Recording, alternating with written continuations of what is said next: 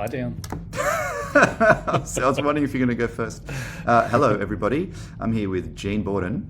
Jean is the head of department for the Department of Design here at Monash.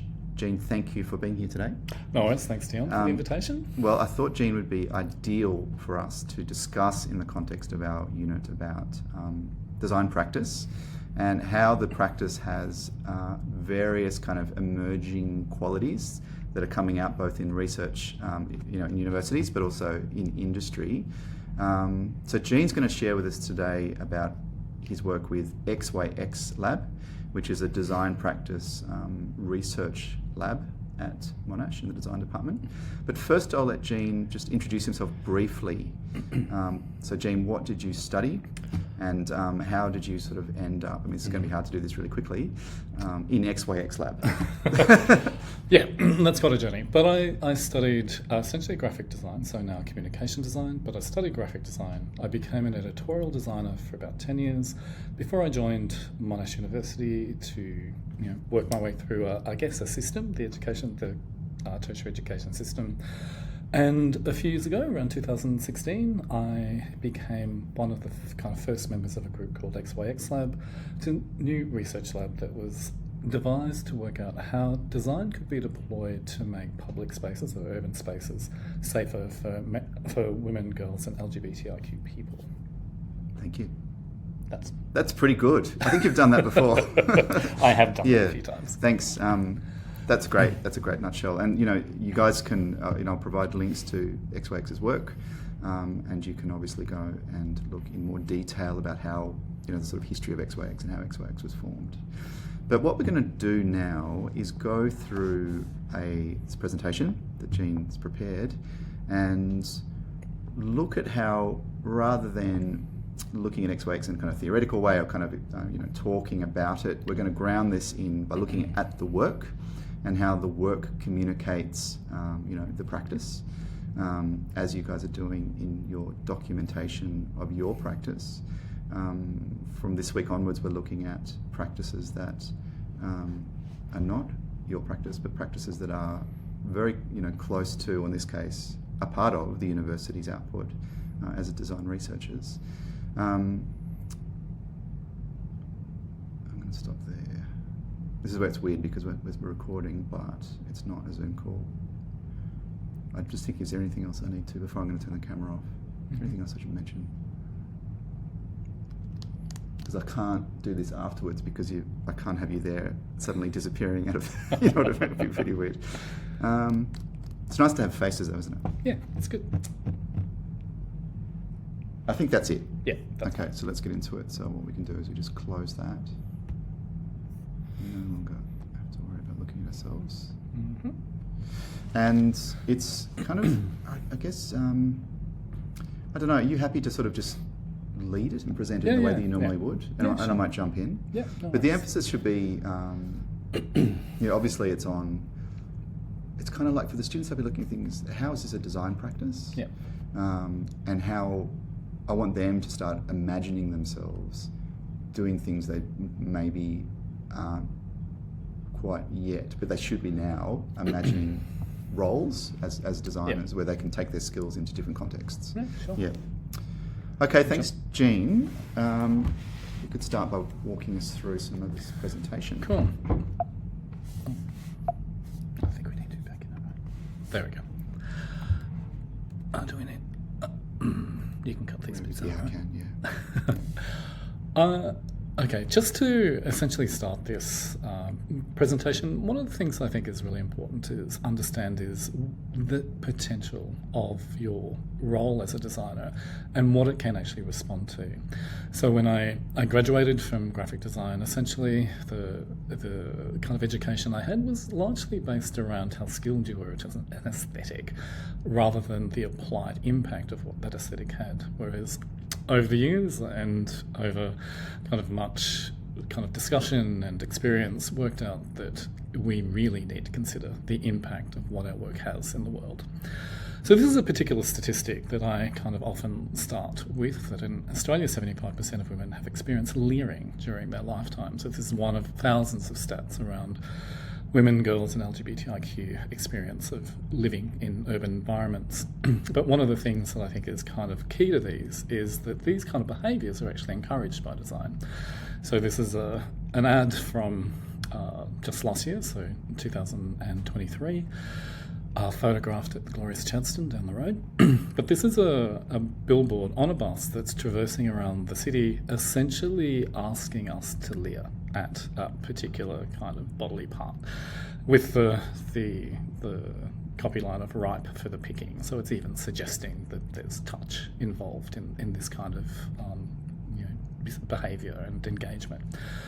So the reason a lab like XYX Lab kind of exists is because until we can actually kind of start to shift the way that our visual communication actually operates within cities, and this is not an isolated case, then we kind of need to be there to start to articulate that. So the way that the lab works is through a number of ways. So we generate a number of research reports for companies, organisations, and in particular government. But the other way that we do it is through the notion of kind of original creative works and exhibitions, so that we can put data that largely kind of operates in a repository like that most people don't have access to. It's either academic journals or papers or repositories within government. We want to make them public for people.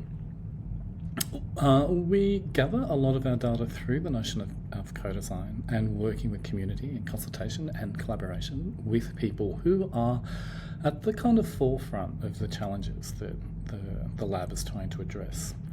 And this is a really key component of my practice that a few years ago even I did not think would be key to my practice as a communication designer. As a communication designer, it was largely me and the project. Now it's an us and a much bigger project. So it's very much informed by engaging with community. In this case, this is a project called Tram Lab. There were 200 people in this room, all with expertise that isn't necessarily academic expertise, it's not design expertise, but it's lived experience expertise. They know what it's like to travel on public transport and the challenges that they face. And we were able to gather that data to actually start to help us frame a whole range of projects that we were to then come out with. This particular set of reports that I have to concede, I actually didn't have anything to do with this. There were other designers and staff in XYX Lab were key to this particular project that was in collaboration with Plan International, so a really important group globally. But there were 5 cities around the world, Sydney, Madrid, Lima, Kampala and Delhi, where Plan and XYX Lab did a whole range of kind of data collection, utilising simple smartphone technologies to generate reports about these cities and where and how people felt safe or unsafe within them. The impact that has is important to consider. So this particular project, Unsafe in the City, and particularly the Sydney one, so that project that was done in 2018, it took 4 years for this impact to happen, but that project resulted in the New South Wales government committing $30 million to invest in making their city safer. Is that the impact though? So for us the impact is actually not that our government has introduced $30 million and committed $30 million in investment. It's really what happens in the next 5 to 10 years. How has that $30 million actually addressed some of these challenges, and did it actually have the impact that we wanted it to have? So one of the things I think is important about these really big kind of systemic and global challenges that designers are engaged with is the impact kind of story can be kind of a long game. We have to wait it out and see what the impact is.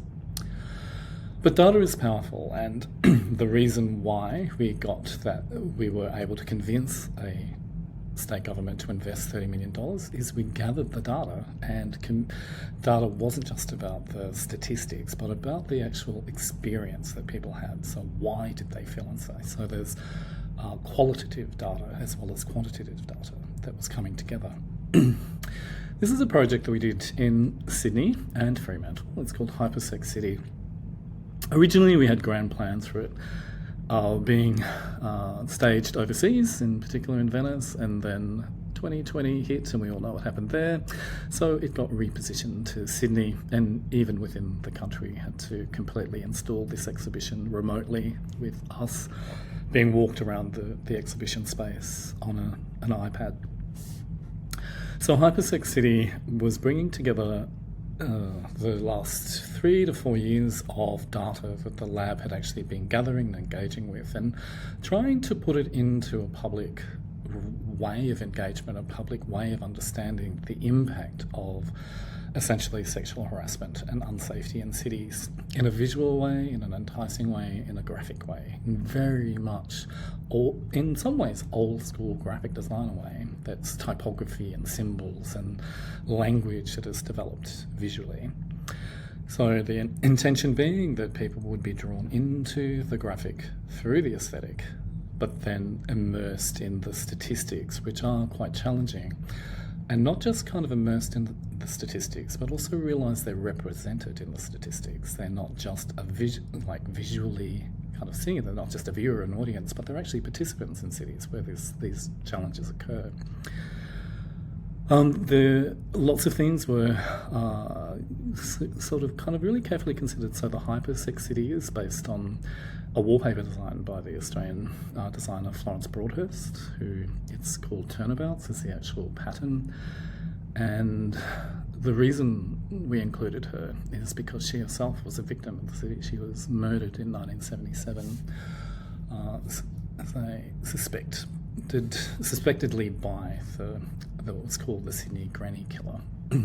Her murder has never actually been solved, but she died as a result of her engagement with the city, and so it was kind of a homage to her and the kind of experience of women who have actually had their lives ended by urban experiences. I'm going to completely forget right now, so you might have to... It's okay, you can just stop as well and take a breather, because I can cut it out.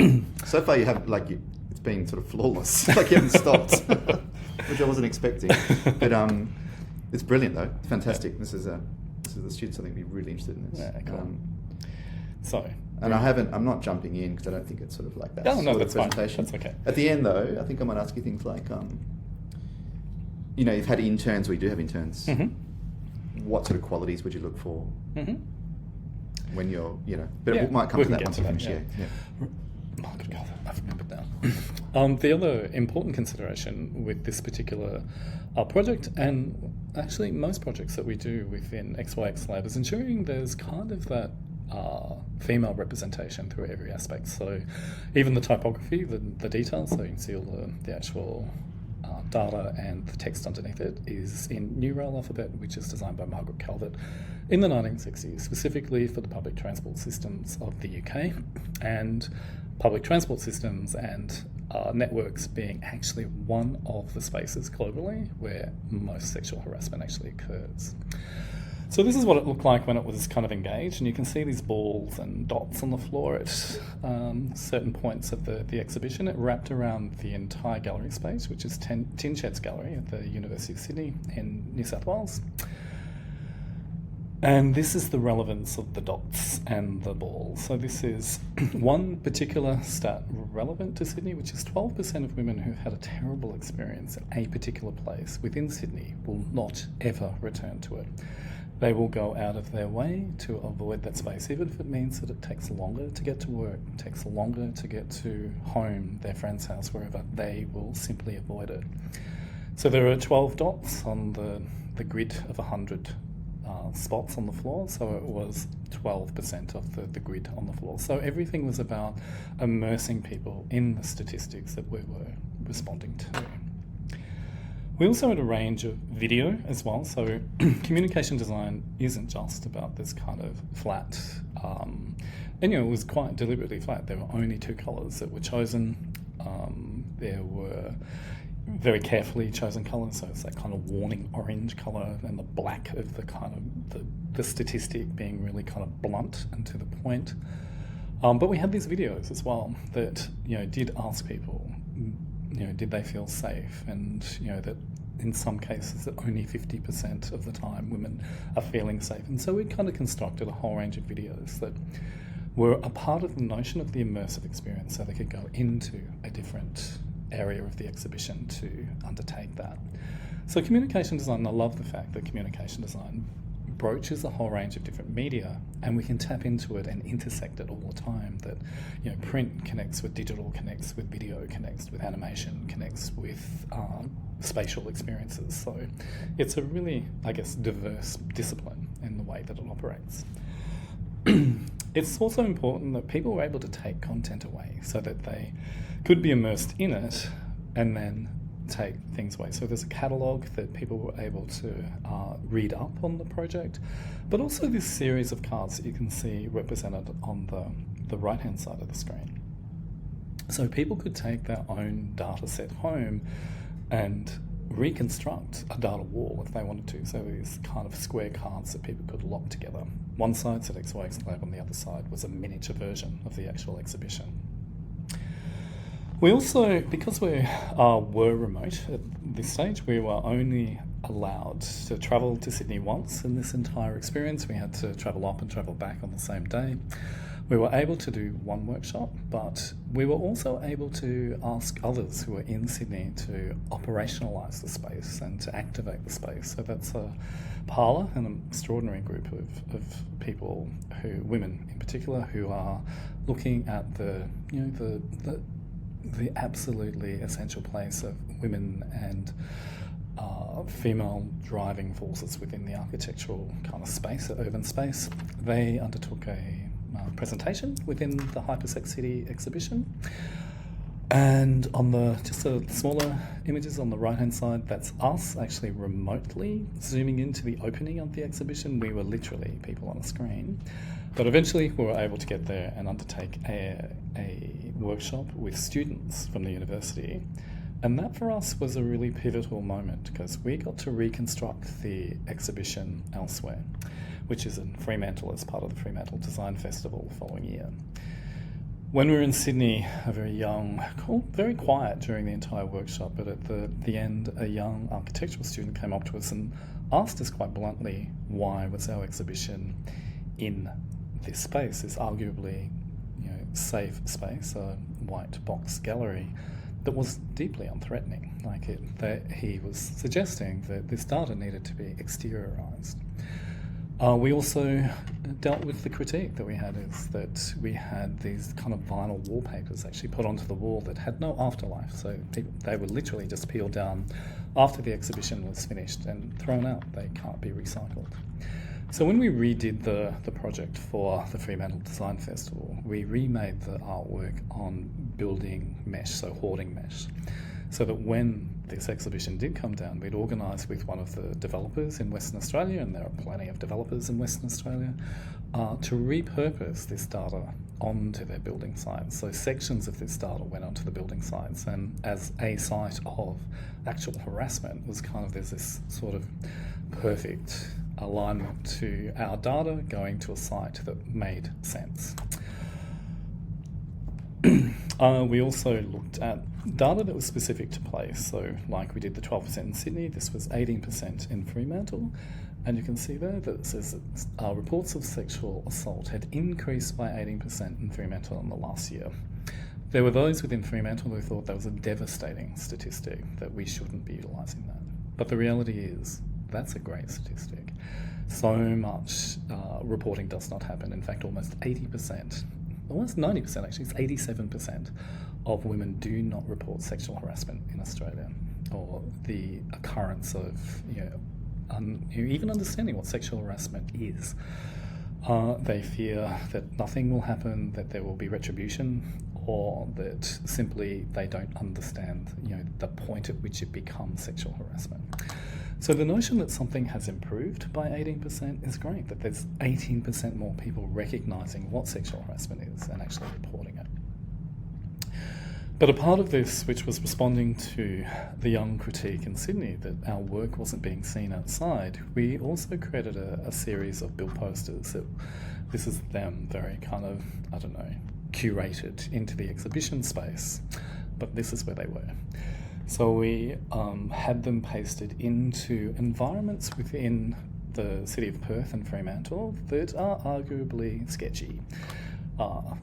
alleyways, dead ends, spaces that come up constantly in the data as being perceived as threatening and being actually sites where activity happens that is very unpleasant. And you can see how it also starts to interplay our work with other projects, and I'll show you some in a little while, where you can kind of see the juxtaposition of our posters questioning sexual harassment against posters that are kind of fleshy fashion images that kind of promote it. This is another project we did called Your Ground, where we worked with lots and lots of, they're called local government authorities, so local councils, to generate a report about their spaces, their public spaces, their recreational spaces. So we did this with a location mapping expert in CrowdSpot, and we had over 6,000 people actually participate in this particular project, which is kind of amazing. We were never expecting that 6,000 members of the public would engage with this project, but they did. We did that because we utilised, there's just some of the kind of, the graphic language of that particular project, and you can see the Y and the G and the graphic elements there, but they were really specific about the notion of it being accuracy, about people owning the data, and the colours are from the diversity flag, so it looking at diversity. It was a web-based app that people could utilise to locate where they felt safe and unsafe, and they could also tell us why. So you can kind of see the map of Melbourne there, the different locations and how many pins had actually been placed in that location. You can see also the pin is the kind of almost like the Trivial Pursuit kind of game. But it's meant to represent a pie chart essentially. But the pie chart doesn't represent a safe or an unsafe space. It just represents where something was pinned. Because some of the feedback that we got from the local councils was they didn't want a distinctive safe and unsafe pin because they didn't want to stigmatise parts of their public event spaces, or produce a kind of map for where people could go to do the harassing. So this was a really kind of conscious decision to make something that was neither representing safe or unsafe. But what was also really important was that we asked people to tell us why. Why did they feel safe and why they didn't? There was a drop-down menu, so they could have prompts, or quick and easy prompts, but also they could actually type in. So things like, I often walk along this path on my way home, walking the dog, and the lights and the activity of the tennis club make me feel safe. So we have a much richer understanding of safety because of people's experience. So this is the back-end map. So this is what we could see as researchers, but not what the public could see.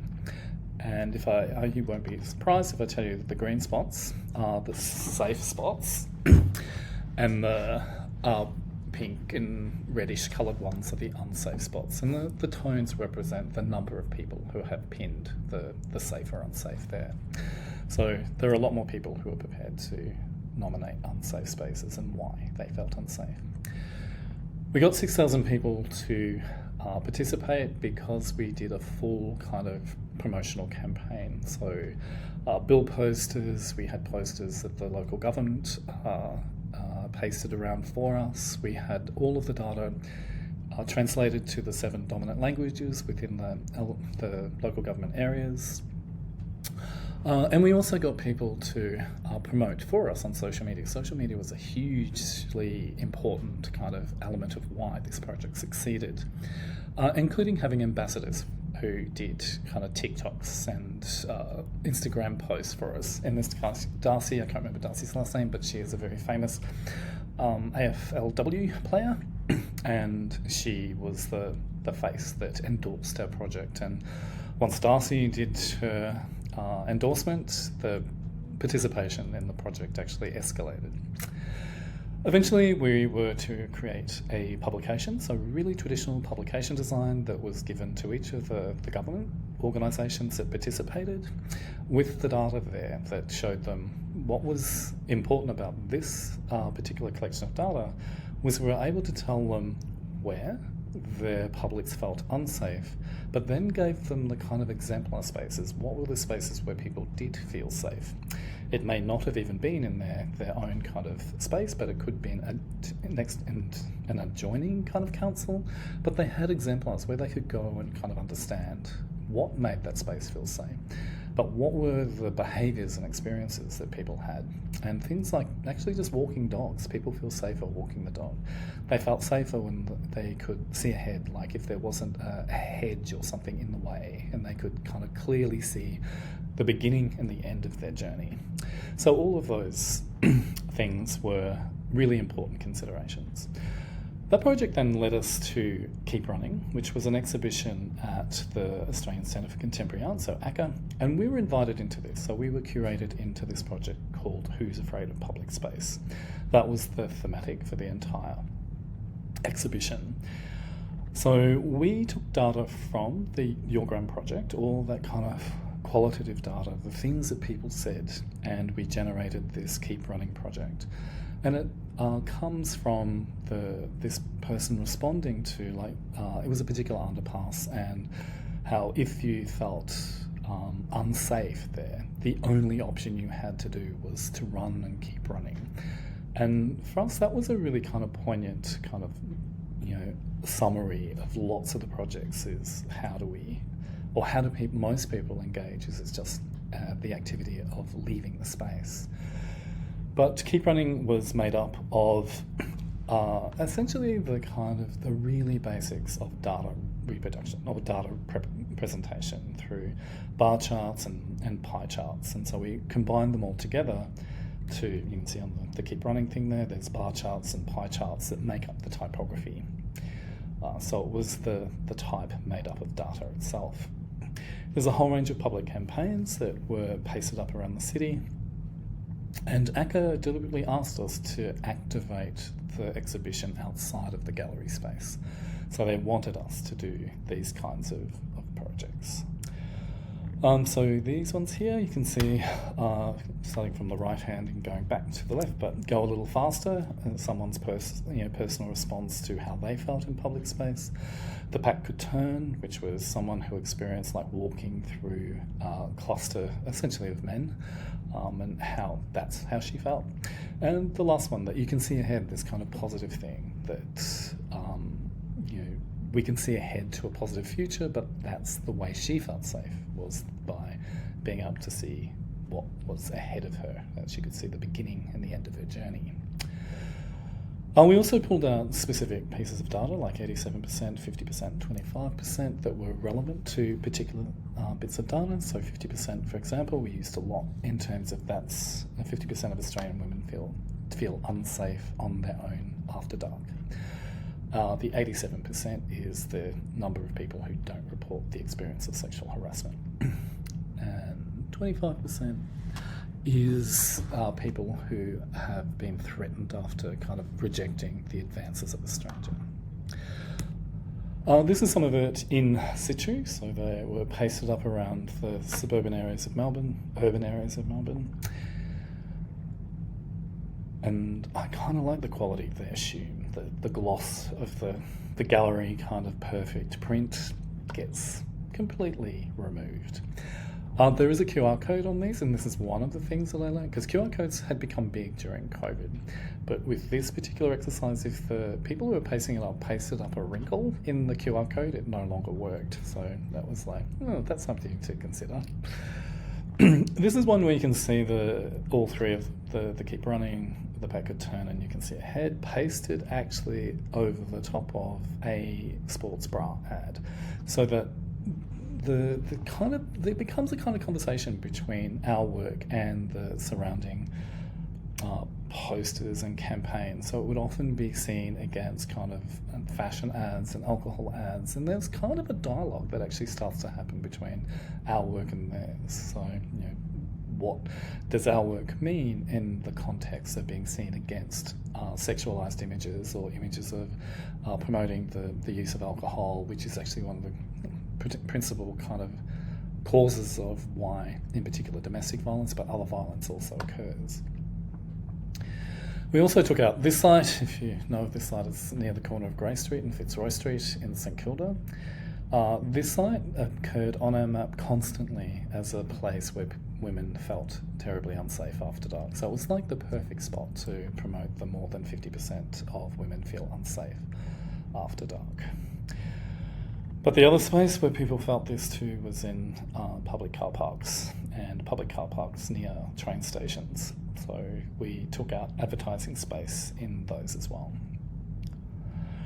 We had a range of merchandise that was sold through the gallery, and things that people could engage with, and some people sometimes question some of our selection of things, but like the pink kind of fabric that you see on the bottom right hand side, that's actually a tea towel.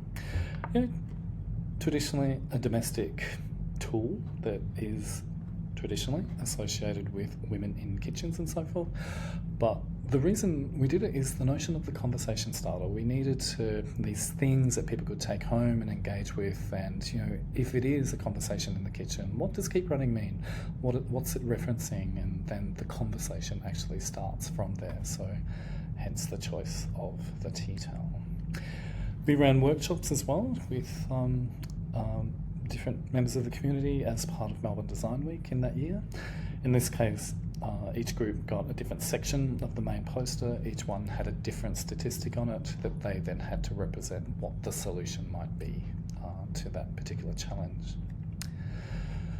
And this notion that designers can translate data is, again, a really important consideration of what you can do with a design degree, is that you are essentially translators of complexity into ways in which people can engage and understand. So this is it's Tram Lab, so it's a Tram Lab project. This is an actual tram we did as part of the Art Tram project, and it says yours, mine, ours down the side. It's actually did run around Melbourne for quite some time.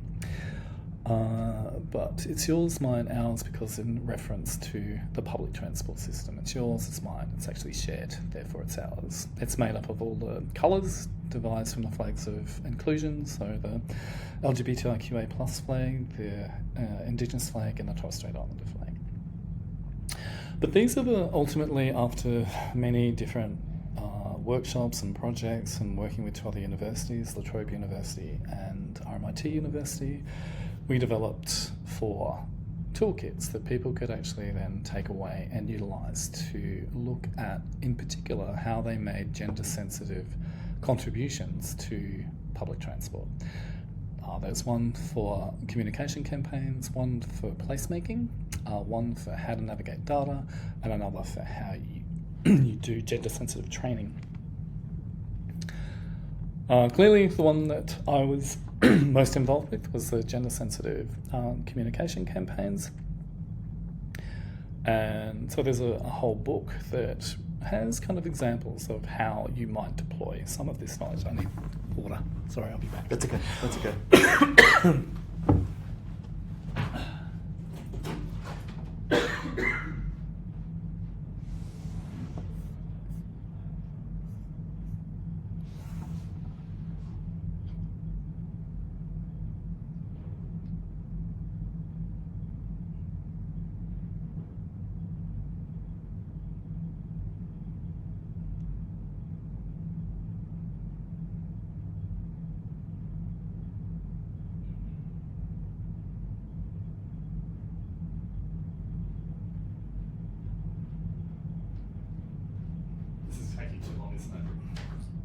Oh, look, it's a good thing. I don't want to take up too much of your time, basically. No, but don't worry about the recording, because I can even breaking this into different projects would be fantastic. But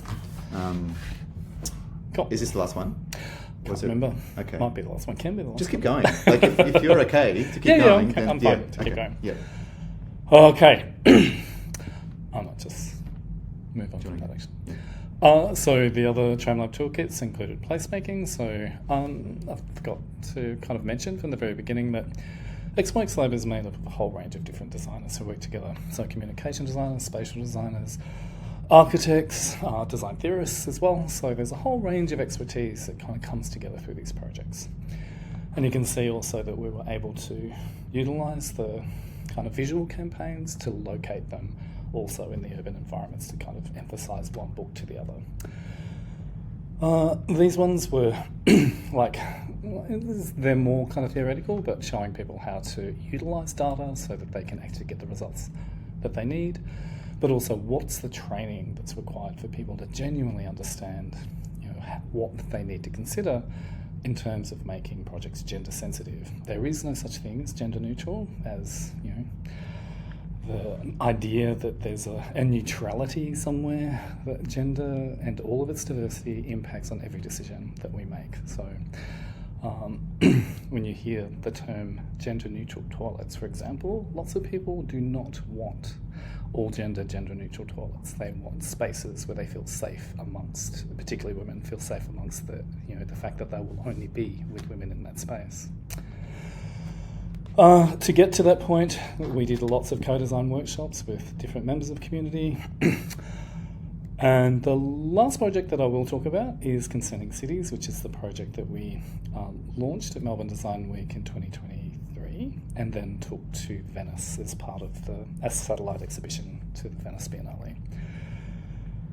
So this is another project where we looked at, and this is it, in Venice, we looked at the way in which design and the visual kind of, I guess, for want of a better word, the seduction of the visual can lure people in to start to engage with the data. So embedded in all of this kind of graphic is a typology and a system of understanding. So if there were circles, for example, if you saw a circle within the design, that referenced public transport and the data that was relevant to sexual harassment and unsafety in public transport spaces, there's a lot of circles on that wall. So we were able to kind of look at how we could kind of typologize or group clusters of data together. But also these things became QR codes, that when people ran their iPhone over the wall, certain aspects of the pattern would actually reveal what the data was. Included in it was a poster that people could actually take away, so we were keen for people not just to see the artwork but to also take the artwork away with them. And you can see people here trying to or engage in the process of decoding what these icons meant, so the person's working on the statistic around unsafety in Italy. You can see here someone up close, so you can see that the icon has actually revealed there's a statistic. I can't actually read what that one is, but it's a 25%. So the actual statistic was revealed once you ran your phone over it. So it was kind of trying to get people to engage and immerse again in the kind of finding data and realising that data was important to them. Although you can't kind of tell, it does kind of come out on the screen as well, so it comes out as three-dimensional. But for example, 25%, it only came out 25% of the square. In 50%, it only came out 50%. So if it was 87%, it would come out 87%. So it became a visual bar chart on the phone. These are posters that we put on the Evaporetto, so the public transport system in Venice itself, but also around the city of Melbourne. So, again, kind of utilising those public spaces to make the exhibition or the work not just locate itself in the poshness of a palazzo in Venice and the kind of, the safety that's inherently there, but to actually put it in the locations where people do feel threatened and unsafe. There we go, you can see it at work. We were also keen for people to tell us where they felt safe. There's lots of data XYX Lab has discovered around unsafety, but we're also keen for them to tell us where they felt safe. So there was a kind of safe app as well. And we wanted people to do this augmented reality where they would find a space where they felt safe and they could locate it as safe. And this kind of little spinning icon that said safe would appear in their photograph, and then we wanted them to upload them to Instagram and tag us. Sometimes your best ideas fail. Not a single person tagged us or uploaded a single photo. So my hope of gaining a whole lot of safety data was completely at fault with that particular project. So I think it's also worth mentioning sometimes your ideas that you have, even when you've been in this game for as long as I have, they simply don't work. Okay, that is the last actual slide, and I happened to end on the one that didn't work. The negative one. So let's just push it back to one that did. Yeah. There we go. There we go. That's a nice one. Okay. I won't. So there's not. I don't know. So many questions, really, and we don't want to turn it into too long a discussion. I don't want to take up too much time. I'm also talking to Xavier next, so he's scheduled in to talk about right play. Yep.